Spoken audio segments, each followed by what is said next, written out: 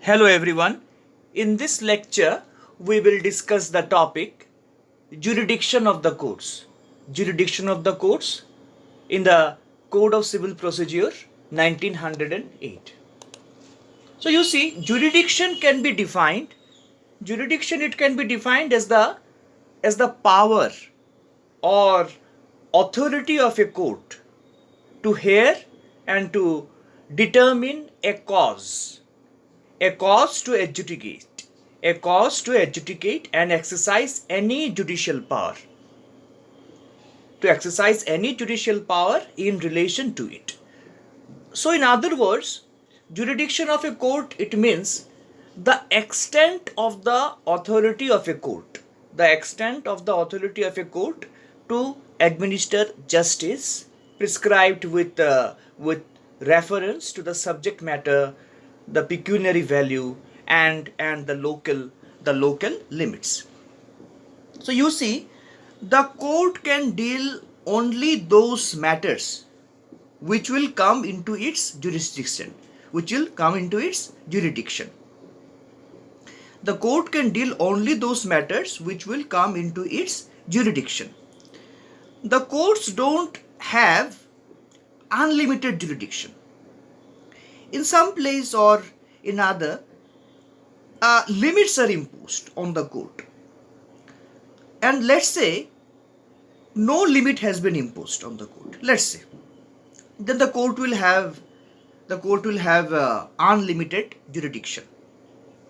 So to put limit on the court is important, but the question is, if any limit has to be imposed on the court, then how the limit can be imposed on the court?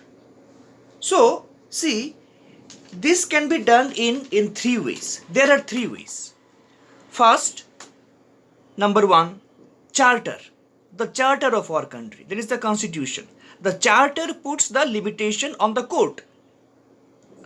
Number two, or any statute or any law puts a limit on the or limits on the court. And number three, any commission made by the government, and the commission puts limit on the court. So three ways. So if we talk about any case, there will be a matter in issue of the case. Okay, if you talk about any case, there will be what? A matter in issue of the case. This matter in issue will have some sort of specific nature, and accordingly to that specific nature, whatever related courts are there, or whatever related court there is, in that very court, the decision of this matter in issue will be given. It will be decided. Any case arises from the cause of action. We have to keep this in our mind, that any case, it arises from where? From the cause of action. So how to determine the related court? How to determine? What do we mean by related court? See, related court, it stands for, or it means that the court having jurisdiction to deal with that specific nature of the case. So based on that specific nature of the case, the court will take the case within its power to adjudicate, which also means the court may not accept any matter due to lack of jurisdiction. Let's say if the court has no jurisdiction to adjudicate the case, okay, if the court has no jurisdiction to adjudicate the case, the court will not accept the matter, which means in any case where there will be a matter in issue, that particular matter in issue will have a specific nature, and that matter in issue of the case, as per its specific nature, will go to the related court only. Like the specific nature, for example, if the specific nature of a land property related case is civil in nature and can be tried by that court which is having the proper jurisdiction to adjudicate the case. Now see, as we know, the related court means the court having jurisdiction to deal with that specific nature of the case, which means the court having jurisdiction means the authority of the court. The authority of the court to deal with the matter presented before it for adjudication. This authority of the court is its jurisdiction. This authority of the court is nothing but its jurisdiction. Now the jurisdiction, this authority, there may be imposition of limits upon the jurisdiction, upon the authority of the court. That is, the limitation may be imposed upon the jurisdiction of the court, upon the authority of the court. Okay, or there may be no limits, or maybe no limits have been imposed upon the court. Such may also be the case. So see, this is very important. If limit has been imposed upon the court, then who will put the limit upon the court? Then who will put the limit on the court? Limits can be imposed by, as we have already discussed, number one, the charter of the country, the constitution of the country. Number two, by a particular law, let's say by a particular legislation or statute.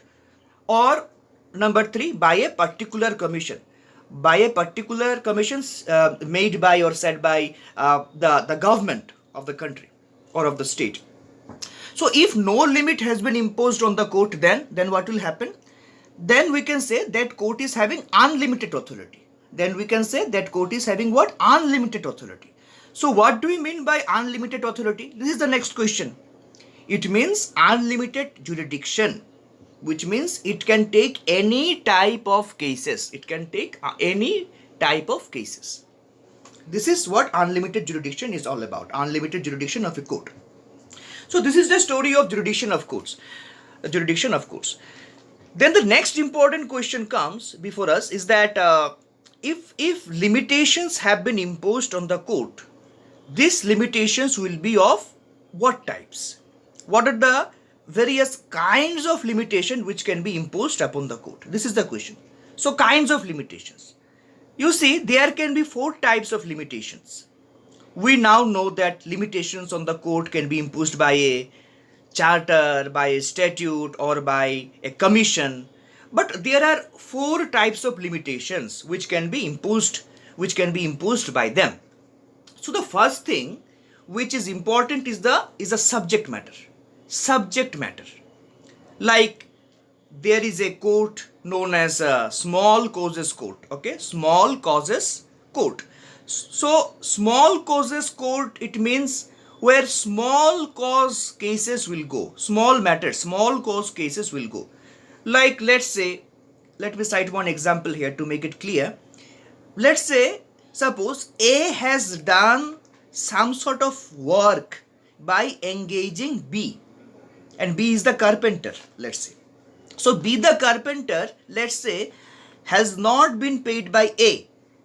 So it does not mean that B the carpenter, for not getting the money from A, will move directly to the high court. Okay, so, or the district court. So the high court is for big matters, not for all these small matters. So for dealing with such small matters, the small cause courts are made for small causes, for small cases. Okay, which means what? Which means the subject matter is important. If the subject matter is small, then the case should be taken to small cause court. So the jurisdiction has been made according to the subject matter. Let's see different kinds of limits on jurisdiction of the court. First point is, number 1, jurisdiction according to the subject matter. Jurisdiction according to subject matter, or jurisdiction over the subject matter. Okay, you see, jurisdiction as to subject matter. Different courts have been empowered. Different courts have been empowered to decide different types of cases, different types of suits. Certain courts are precluded from entertaining certain suits, certain cases. Thus, the small causes court has no jurisdiction to try suits for, let's say, for a specific performance of a contract, or for partition of immovable property, foreclosure or redemption of a mortgage, etc. Similarly, in respect to that of testamentary matters or divorce cases, let's say, or insolvency proceedings, etc., only the district judge or civil judge, senior division are having the jurisdiction, has the jurisdiction. So you see, small cause court we have cited. So we have cited the examples. So this small cause court are made for such matters, let's say related to promissory note or for receiving money for work done, etc. So these subject matters are small matters, and that is the reason small cause small cause courts are enough to adjudicate such matters. So this is also an example of limit set by statute, set by legislation or law, because according to the statute, to that particular law, such small cause courts are made. And the next limit on the jurisdiction is, this is point number 2, it is place of suing. Place of suing on this thing, territorial jurisdiction. Number 2, place of suing on territorial jurisdiction. See, this place of suing in itself is a big topic, which we will try to understand in detail in the next lecture. But for now, we have to understand that the limit on the jurisdiction is imposed based upon the place. We have to understand that the limit on the jurisdiction of the court is imposed based upon the place. So see, territorial or local jurisdiction. So every court has its own local or territorial limits. We know beyond which it cannot exercise its jurisdiction. So these limits are fixed by the government, by the legislation, by the parliament or by the state legislature. So the district court has to exercise jurisdiction within its district and not outside the district. And the high court has jurisdiction over the territory of a state within which it is situated and not beyond it. And again a court has no jurisdiction to try a suit for immovable property situated beyond its local limits or beyond its jurisdiction. So to make it clear, let me cite one example. Let's say if A and B, both of them lives in Agartala, A took money from B, and as per the contract, A was supposed to pay B within 6 months, that also with interest. But let's say A did not return the money with interest. Now B wants to file a case against A.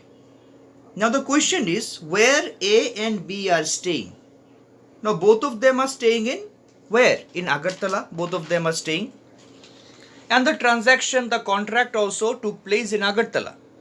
So it cannot be done like this, that the case can be filed in Guwahati.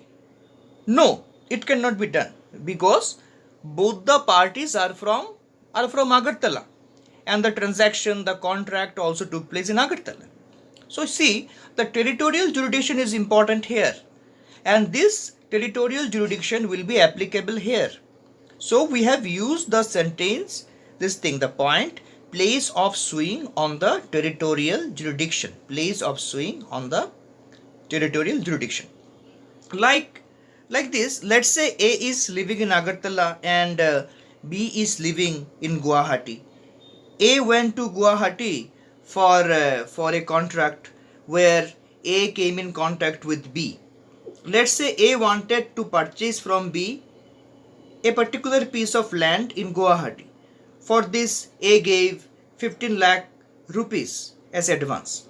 But later on, A came to know that particular land does not belong to B, and it was a fraud case. So here A can file the case where? In two places. First, in Guwahati, where the incident happened, and where B, the defendant, also lives. B, the defendant also lives. That is in Guwahati. And number 2, in Agartala. In Agartala also, the case can be filed. Because B suggested A for purchasing the land from him in Agartala. At the same time, it was B who suggested A to visit Guwahati for purchasing the land from him. Not only because the first communication took place in Agartala, due to that it can be filed in Agartala, but also because the plaintiff A is living in Agartala, is from Agartala. So it may be a difficult task, let's say, for the plaintiff for again and again going to Guwahati for the case, and due to this reason, the plaintiff A decided to file the case in Agartala. So it depends upon the plaintiff where to file the case, either in Guwahati or in Agartala. So territorial jurisdiction is made by whom? It is made by whom? It is always made by the government. So the limit, the territorial jurisdiction, these are fixed by the government. Territorial jurisdiction says about the authority of the courts to decide cases according to their territorial jurisdiction, the territorial limits. Then the next point comes, this is the third point, jurisdiction over persons. Jurisdiction over persons. See, courts can take cases of any type of persons, but in case of, let's say, foreign state or foreign countries or their representatives, like the embassies of other countries, there are ambassadors of other countries also, we know. And if the ambassador has done something wrong, then no direct case can be filed against the ambassador of another country. So in such cases, the permission of the central government must be taken. See, so to file cases with the permission of central government, by taking the permission of the central government to file cases, such cases can be filed. Then the last type of limit is the pecuniary limit. The pecuniary limit. See, the Code of Civil Procedure provides that the court will have jurisdiction only over those suits, the amount or value of the subject matter of which does not exceed the pecuniary limits of its jurisdiction. Like this thing. Here, section 6 is also important. Section 6 and section 15 also, that we will try to discuss. See, like the courts have pecuniary jurisdiction, which means there will be particular amount which the court cannot exceeding which the court cannot adjudicate such cases. Now, based on that pecuniary value, the pecuniary jurisdiction has been made related to money value involved in the suit, which means the court will take such cases. The court will take only those cases which do not exceed their allotted pecuniary value. Let's say, for example, if the pecuniary value to adjudicate or try the case by a court is let's say 10 lakhs, then if the case is dealing with a case of, let's say, 12 lakhs, then this particular court cannot try such case because it has already exceeded its pecuniary value. Because the pecuniary value or jurisdiction of the court, it was 10 lakhs. But the case is dealing with an amount which is 12 lakhs. The amount is 12 lakhs. So it has already exceeded the pecuniary jurisdiction of the court. Like, let's say, in Consumer Protection Act, we will see the District Commission, the National Commission, and so on. They have pecuniary limit to try cases, and as per those pecuniary limits, these tribunals take the cases to adjudicate such matters. But on High Court and District Court, there is no limit of pecuniary jurisdiction. There is no limit of pecuniary jurisdiction on High Court and District Court. So we have to keep this in our mind that there is no pecuniary limit on high courts and district courts. Okay. And another thing is that section 6 is also important. Section 6. Why it is important? Because section 6, it is talking about section 6 of the Code of Civil Procedure 1908. It talks about pecuniary jurisdiction. So it says, save in so far as is otherwise expressly provided, nothing herein contained shall operate to give any court jurisdiction over suits, the amount or value of the subject matter for which exceeds the pecuniary limits, if any, of its ordinary jurisdiction. So section 6 is important here. And then section 15 is also important, section 15 of the Code of Civil Procedure. So section 15, it directs that it directs that every suit must be instituted in the court of the lowest grade, which is competent to try it.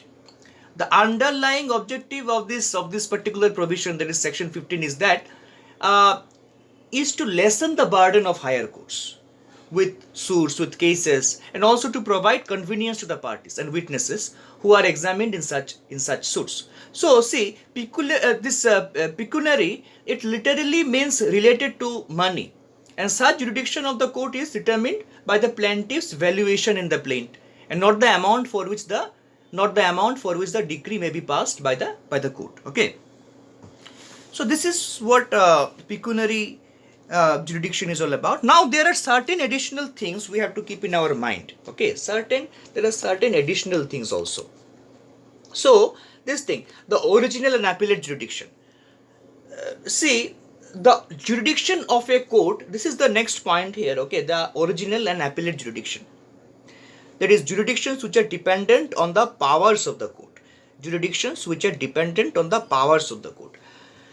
See, the jurisdiction of a court may be classified as original and appellate. In the exercise of original jurisdiction, a court entertains and decides those suits, and in its appellate jurisdiction, it entertain and decides appeals. Okay, so I am repeating this again. The jurisdiction of a court may be classified as original and appellate. In the exercise of original jurisdiction, a court entertains and decides suits, and in its this appellate jurisdiction, it entertains and decides appeals, like municipal courts of civil judge, and small cause courts possess original jurisdiction only, while district courts and high courts have original as well as appellate jurisdiction. I am repeating this again. See, municipal courts, courts of civil judge, and small cause courts, they possess what? They possess original jurisdiction only, while district courts and high courts have original as well as appellate jurisdiction. So to make it simple, the point is jurisdictions which are dependent on the powers of the court. See, jurisdictions which are dependent on the powers of the court are also there, apart from the four limits we have discussed. Now see, if you talk about powers, like if somebody is not satisfied with the decision of a subordinate court, then it can be appealed. The party can appeal. It can be appealed in the upper court through appellate jurisdiction. So from original jurisdiction, when it is appealed to the higher court through this appellate jurisdiction, then here the power of the higher court, the jurisdiction of the higher court, it is applicable. Like if in the decision given by the court of civil judge, let's say, the plaintiff is not satisfied by the decision of the court of civil judge, then the plaintiff can appeal where? Then the plaintiff can appeal to the higher court, like that of let's say district court. So here, within the jurisdiction of the court of civil judge, the matter issue happened. So the court of civil judge is having the original jurisdiction here. That is where the case originated. The relation of both the parties with its jurisdiction. So it is having the original jurisdiction. Here the court of civil judge is having the original jurisdiction here. While when the plaintiff appealed to the district court, after getting dissatisfied by the decision of the court of civil judge, the district court is having here what? The district court is having here the power of appellate jurisdiction, because it has been appealed where? It has been appealed to the district court. So appellate jurisdiction. So here two jurisdictions are there. Number one, the first one is original jurisdiction, and the second one is appellate jurisdiction. But you see, high court, district courts, supreme court, there are many matters where it is not limited. It is not limited by the jurisdiction. Okay, these courts are not limited by the jurisdiction. They have both this thing, the original and appellate jurisdiction. Like let's say the Tripura High Court, the High Court of Tripura is having both the original and appellate jurisdiction within the state of Tripura, which is its jurisdiction. And on the other hand, Supreme Court is having both the original and appellate jurisdiction throughout India. Okay, like this. So there are three jurisdictions. There are three jurisdictions in the jurisdiction dependent upon powers of the court in this point. First one is original jurisdiction. The second one is appellate jurisdiction, and the third one is original and appellate jurisdiction.